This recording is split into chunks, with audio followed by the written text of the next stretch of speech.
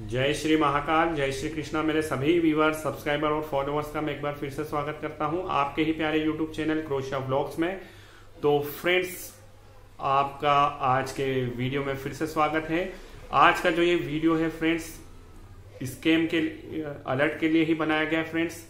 जो ये हमारा चैनल है क्रोशिया व्लॉग्स, इस चैनल पर समय समय पर मैंने आप मित्रों को सूचित किया है, इंफॉर्मेशन दी है कि हमारे भारतवर्ष में, भारत के अंदर, नेपाल के अंदर या कहीं से भी स्कैम हो रहे हैं और होना कभी बंद नहीं होंगे मित्रों। तो आपको बताना चाहूंगा फ्रेंड्स कि पिछले 2 महीने से मैंने नोटिस किया है कि जो रिफ्यूजल रिजेक्शन तो आ रहे हैं, नंबर 8 के तो आ रहे हैं, उसके 2 वीडियो पहले ही बने हुए। आज का जो वीडियो है नंबर 2 और 7 पे रिजेक्शन क्यों आता है, इसका पहले मैंने एक वीडियो बनाया था, वो कुछ 2 से 3 मिनट का मात्र था। आज 2 नंबर और 7 नंबर को मैं स्पेशल वीडियो इसलिए बना रहा हूं मित्रों क्योंकि पिछले 2 महीने से मैंने 2 नंबर और 7 नंबर के रिजेक्शन बहुत ज्यादा ही देखे हैं कि, और कुछ मित्रों के फोन कॉल्स भी आए हैं मेरे पास जिनके साथ ये स्कैम हुआ है। वो मुझसे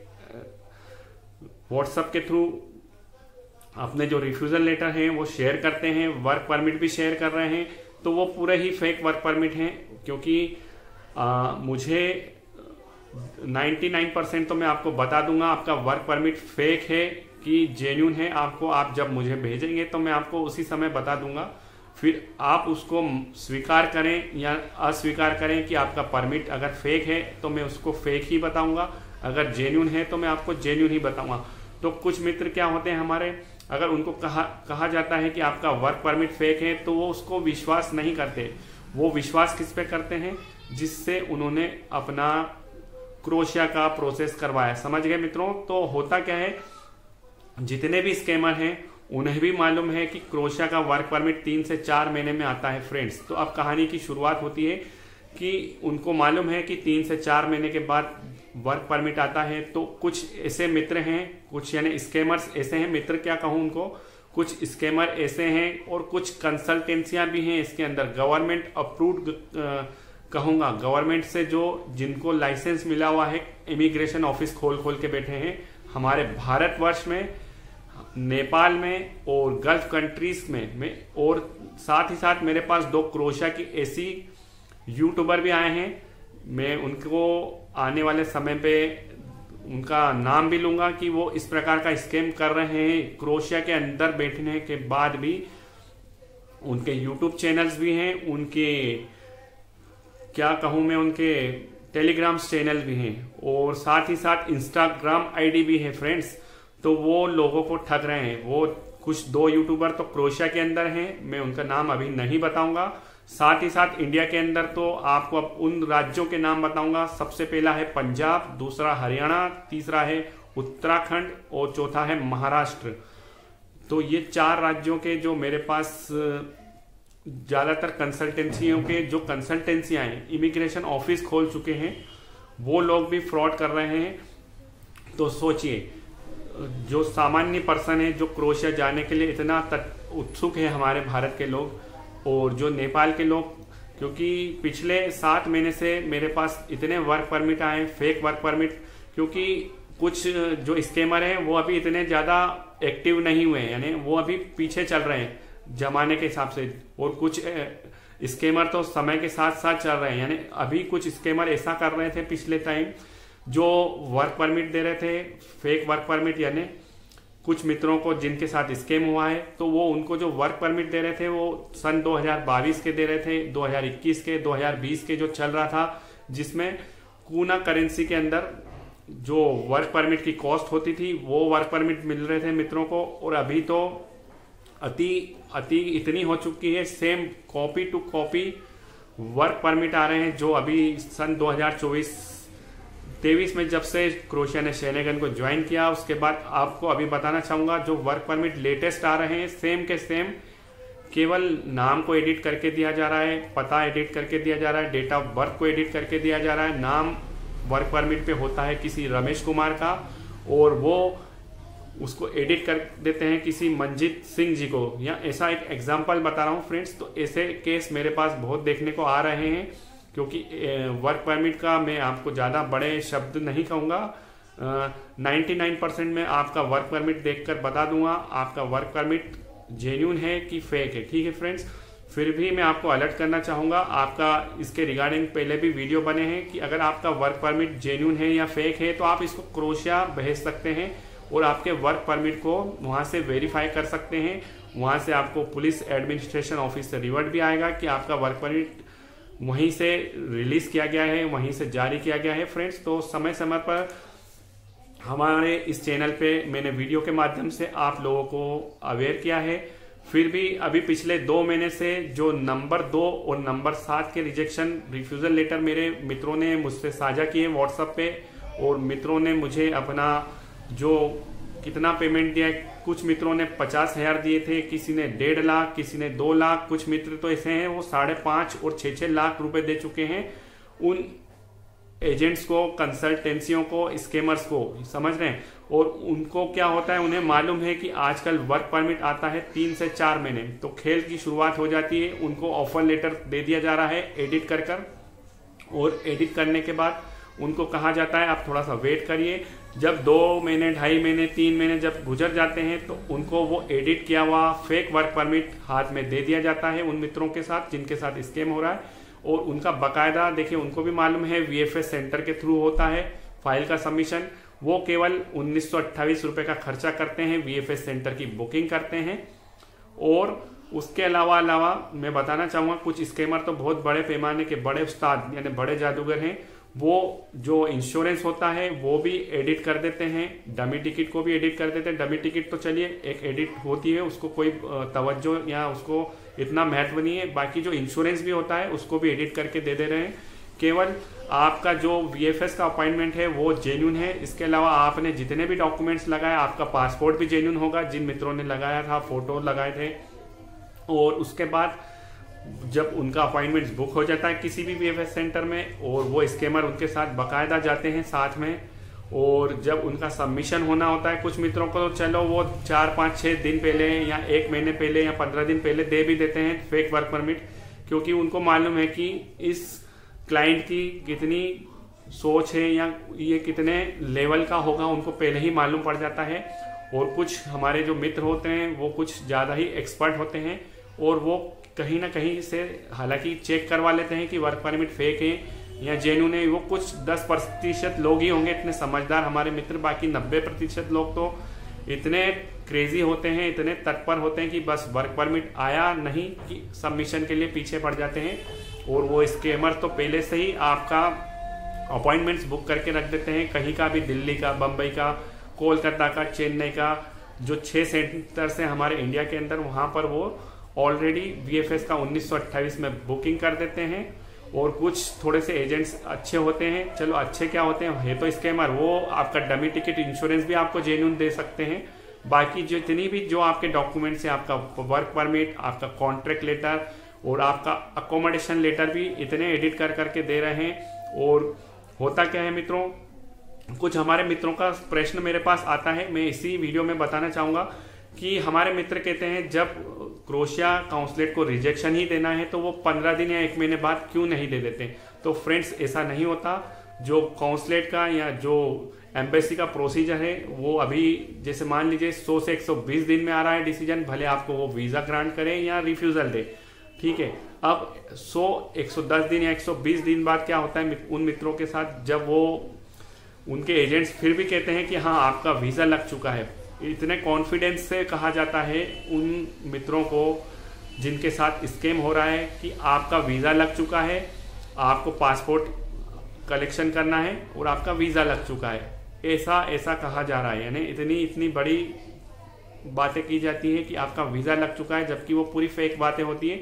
इसके रिगार्डिंग भी मैंने बता चुका हूं कि अगर आपको इस प्रकार का मैसेज आ रहा है तो आपका वीजा लगा है, और अगर आपको इस प्रकार का मैसेज आया है your visa application reference number has been dispatch from Delhi OC to आपका जो भी वीएफएस सेंटर है, तो इसका मतलब यही है कि आपका रिजेक्शन आया है। और अगर अब इस विषय में मैं ज़्यादा इसको वीडियो को लॉन्ग नहीं करूंगा, तो आप उस वीडियो को भी जाकर देखिएगा। तो उसके बाद क्या होता है फ्रेंड्स, जितने भी ये स्कैमर्स हैं और बड़ी बड़ी कंसल्टेंसियां हैं, उनके नाम में थोड़े समय बाद बिल्कुल बताऊंगा। अगर कुछ लोगों के अगर उन्होंने पैसे वापस नहीं करे तो मैं इनको बाकायदा नाम लूंगा। और जो अभी रिजेक्शन आए, मैं आपको बता रहा हूँ, ताज़ा घटना है, उसमें 11 लोगों को रिजेक्शन लेटर मिला है। सभी को फेक वर्क परमिट और फेक डॉक्यूमेंट्स मिले थे। नंबर 2 और 7 पे लाए हैं और वो हरियाणा में है, कंसल्टेंसी में, खुद बता रहा हूँ। और अगर मैं कहना चाहता हूँ, अगर वो उनकी खुद की जेन्युइन कंसल्टेंसी है,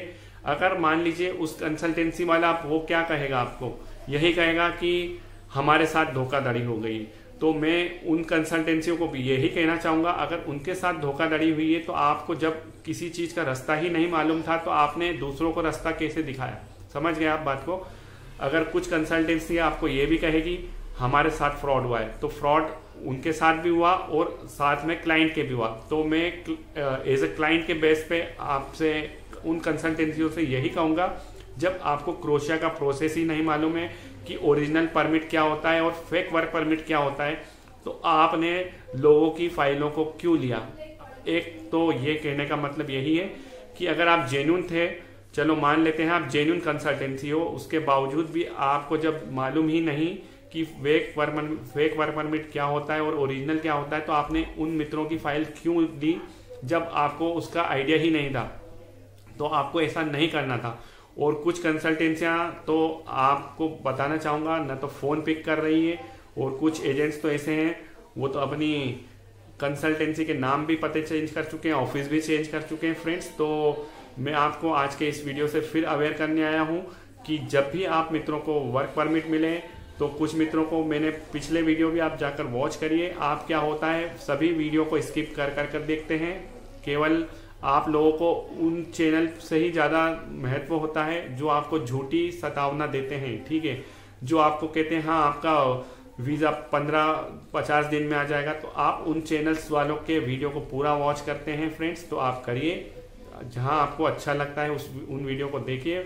बाकी आज का जो ये वीडियो है, मैं आप सभी मित्रों से रिक्वेस्ट करूंगा ज़्यादा से ज़्यादा लोगों को शेयर करिए। अभी तक मैंने आप मेरे कितने भी वीडियो को उठा के देखिए, मैंने कभी नहीं कहा कि आप हमारे चैनल को सब्सक्राइब करिए ना और हमारे इस वीडियो को शेयर करिए। मैं केवल आप लोगों के लिए ही ये वीडियो बनाता हूं फ्रेंड्स, जो मार्केट में ग्राउंड रिपोर्ट है आपके साथ शेयर करता हूं फ्रेंड्स। और उन मित्रों का भी मैं धन्यवाद करता हूं जो हमें इस प्रकार के जो रिफ्यूजल लेटर मिलते हैं उनको 2 नंबर और 7 नंबर पे वो मुझसे शेयर करते हैं। तो उन सभी मित्रों का मैं दिल से धन्यवाद करता हूं कि वो इस प्रकार का स्कैम होने के बाद सामने आते हैं कि हमारे साथ स्कैम हुआ है। मैं तो चाहता हूं कुछ लोगों को YouTube के माध्यम से एक वीडियो बनाऊंगा और उनको गेट टुगेदर लाऊंगा कि वो कंसल्टेंसी का भी नाम बताएं कि किस कंसल्टेंसी को उन्होंने पैसे दिए थे, कितने पैसे दिए थे और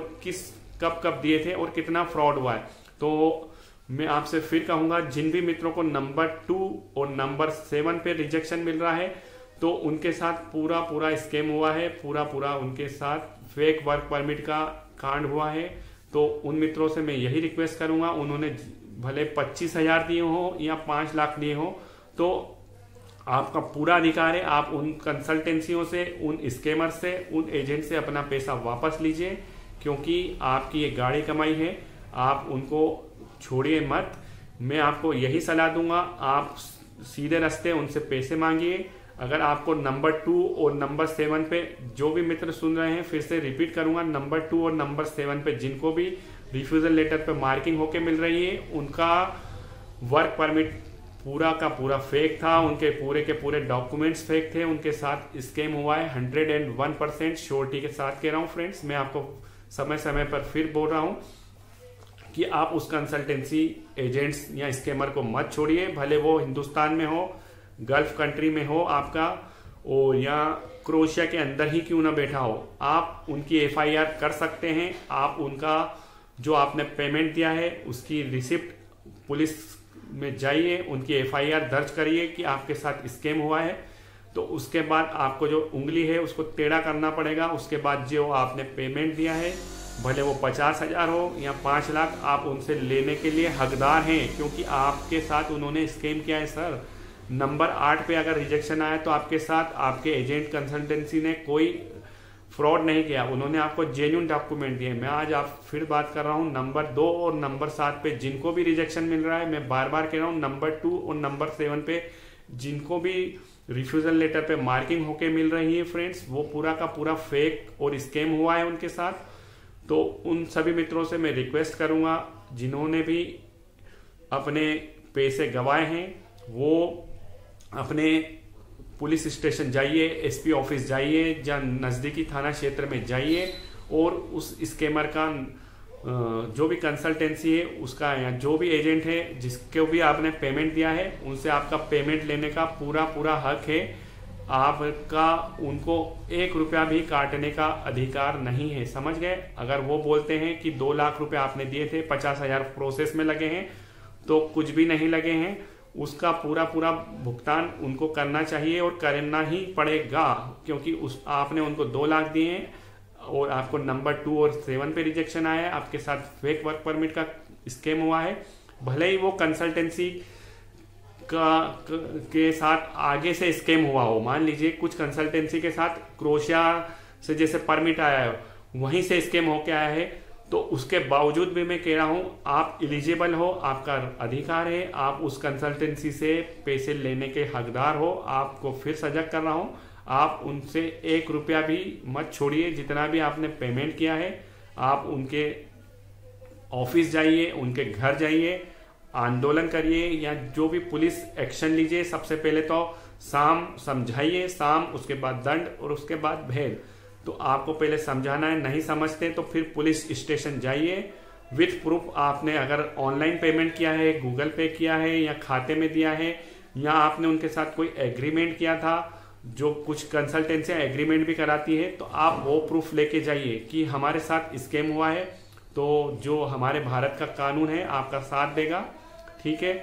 और अगर आप नेपाल से हैं तो आप वहां से कंप्लेन कीजिए, और आप गल्फ कंट्री में हैं तो वहां पर भी कंप्लेन करिए। और अगर आपका जो 1-2 मेरे पास मित्र आए थे, उनके साथ जो स्कैम हुआ है वो क्रोशिया में बैठे हुए हैं एजेंट्स, ठीक है। तो उनके जो एड्रेस हैं भारत के अंदर जहां पर भी वो रहते हैं, तो वहां पर उनकी FIR करवाइए। उनके जो घर वाले हैं, जो परिवार वाले हैं, उनका जीना हराम कर दो। तो आपके पैसे विदिन 10 दिन 15 दिन में मेरा अनुमान है मिल जाएगा फ्रेंड्स। मैं आपके साथ हूं, अगर आप मेरा साथ देंगे तो मैं उस कंसल्टेंसी को भी लाइव के माध्यम से, गेट टुगेदर के माध्यम से वीडियो बनाऊंगा। बस आपका सपोर्ट चाहिए फ्रेंड्स, आप प्रूफ दीजिए और जनता के सामने आइए, ताकि अगली बार कोई हमारा मित्र या जो क्रोशिया जाने का इच्छुक हो वो इस प्रकार के स्कैम से बच सके और उस कंसल्टेंसी एजेंट या स्कैमर के हत्थे न चढ़ सके। फ्रेंड्स, मैं आपको समय समय पर फिर यही अंतिम बार रिक्वेस्ट कर रहा हूं कि जो आप थोड़े से, जब भी कोई क्रोशिया का प्रोसेस करने वाला हो हमारा मित्र, तो पहले आप इस प्रोसेस को समझिए और क्रोशिया का ओरिजिनल वर्क परमिट क्या होता है, फेक वर्क परमिट क्या होता है, आप उसको क्रोशिया से भी कैसे वेरीफाई कर सकते हैं, इसके रिगार्डिंग बहुत सारे वीडियो हैं। तो मित्रों, मैं फिर आशा करता हूं जब भी आपका वर्क परमिट आए तो उसको आप जरूर वेरीफाई करवाइए, कहीं आप उन स्कैमर का अगला शिकार तो नहीं है फ्रेंड्स। तो इसी के साथ मैं आपसे अनुरोध करता हूं, आज रिक्वेस्ट करता हूं, जो ये आज का मेरा वीडियो है, आप इसको चाहे तो बकवास समझें या जो भी समझें, इसको जरूर शेयर करें कुछ मित्रों में जो भी क्रोशिया का प्रोसेस कर रहे हैं।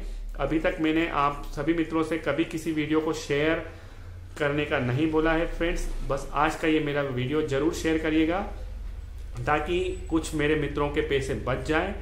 तो इसी आशा के साथ कि हमारा जो ये अभियान है स्कैमर के खिलाफ और जो फ्रॉड चल रहा है क्रोशिया के नाम पर, आपका सहयोग जरूर मिलेगा मित्रों।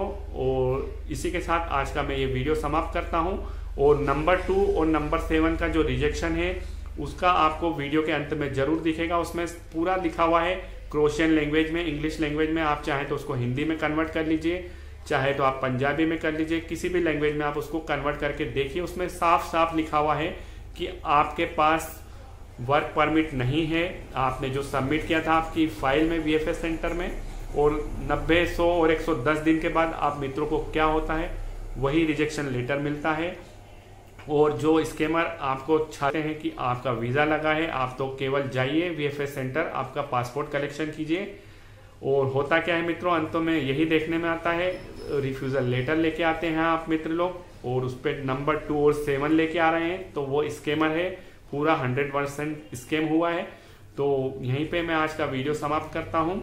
आशा करता हूँ आपको आज की मेरी बातें कुछ लोगों को खरी लगी होगी, और कुछ जो स्कैमर हैं, हमारी कंसल्टेंसियाँ हैं, उनको तो पता नहीं क्या हो गया होगा, वो प्रूफ मांगेगी कौन सी कंसल्टेंसियाँ हैं, फ़ोन कॉल्स आएंगे मेरे पास, क्रोएशिया से भी फ़ोन कॉल्स आएंगे कि वो स्कैमर का नाम बताइए। मैं समय आने पर उन स्कैमर और यूट्यूबर्स का नाम बताऊंगा। जो क्रोएशिया के अंदर 2 एजेंट्स हैं, बाकी हमारे हिंदुस्तान में तो ठगों की कमी नहीं है, ठग हर गली मोहल्ले में बैठे हुए हैं।